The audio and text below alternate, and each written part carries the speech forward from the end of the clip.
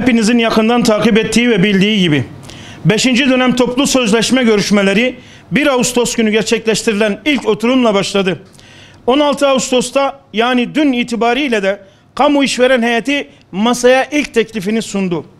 Kamu işvereni görüşmelerin 16. gününde bizim tekliflerimizin kendisine iletilmesinden tam 22 gün sonra masaya teklif sundu.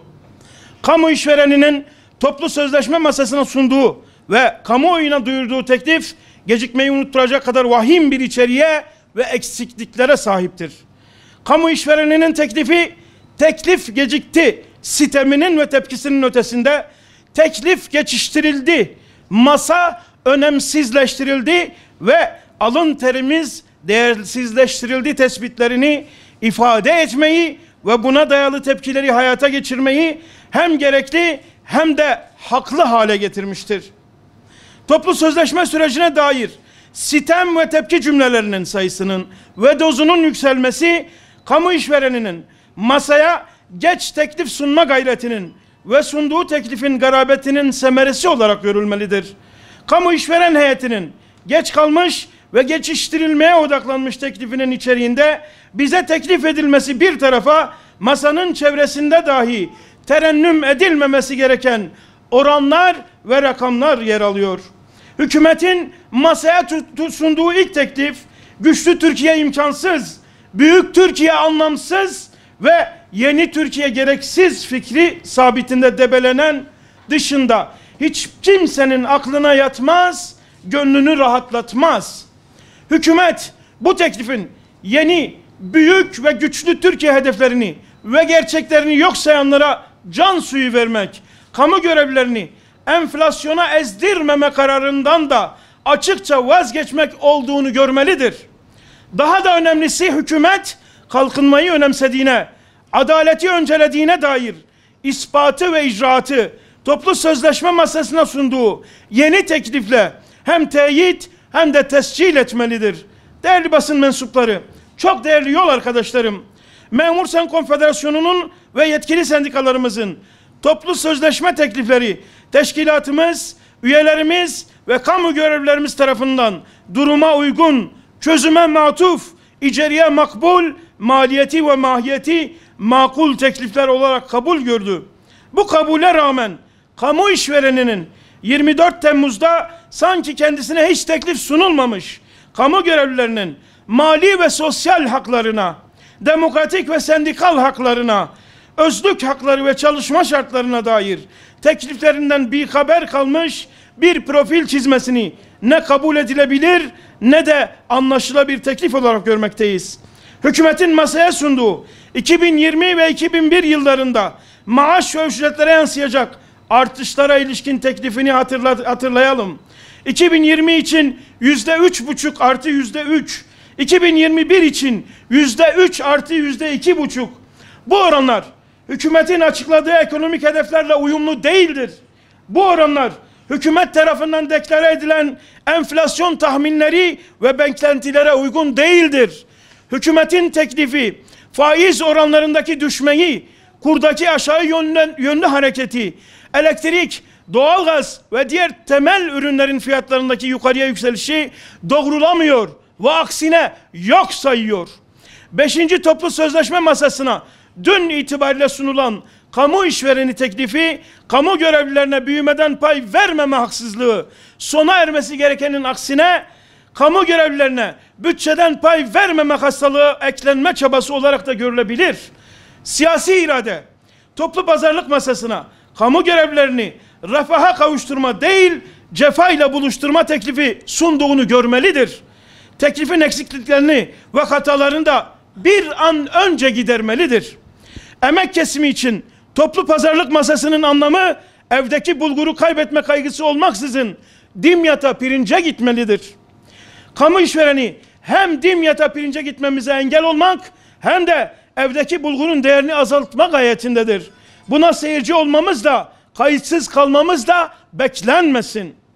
5. dönem toplu sözleşme sürecinde kamu işvereninden gelen ilk teklifin anlamı 2020 için yıllık %6,6, 2021 için yıllık toplamda %5,57 oranında zam yapılması, İlk yıllık toplamda, 2 yıllık toplamda ise %12,54 oranında maaş ve ücretlerde artışa yansıtılmasını teklif etmektedir.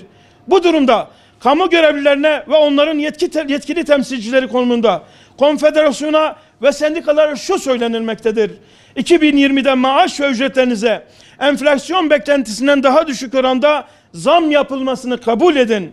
Şekere, elektriğe, doğalgaza tek seferde %15 zam yapıldı.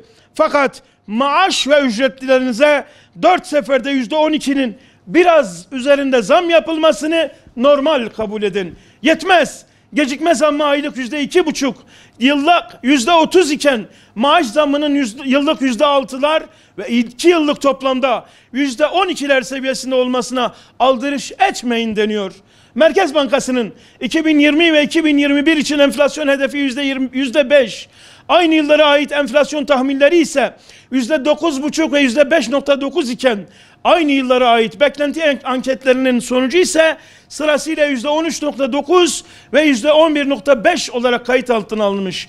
Bu rakamların yanına da son 10 yıllık süreçte enflasyon hedef ve tahminleriyle gerçekleşen enflasyon arasında zaman zaman 2 kata kadar farklılıklar oluştuğu bilgisini de paylaşmak gerekiyor.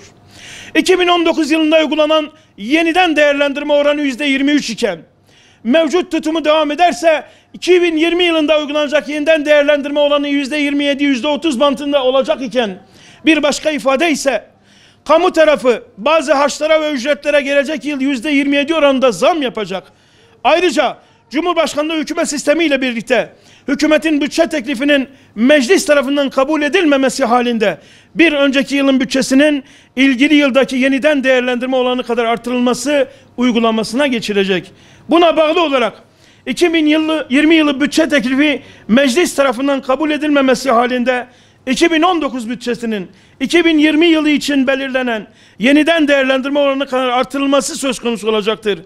Böyle bir durum gerçekleşirse 2020 yılında hükümetin bütçesine %27 zam yapılırken kamu görevlilerinin maaşına ise %3,5 ile %3 zam yapılması gibi bir garabet ortaya çıkacaktır. Bütün bu veriler üzerinden şunu söylemek gerekir: memuru enflasyona ezdirmeyiz vaadi hükümet tarafından öncelikle teklif bandında korunması gerekmektedir. Masada haklar, sosyal hak ve yardımlar, özlük hakları ve çalışma şartları da ve pazarlığın kapsamında değerlendiriliyor.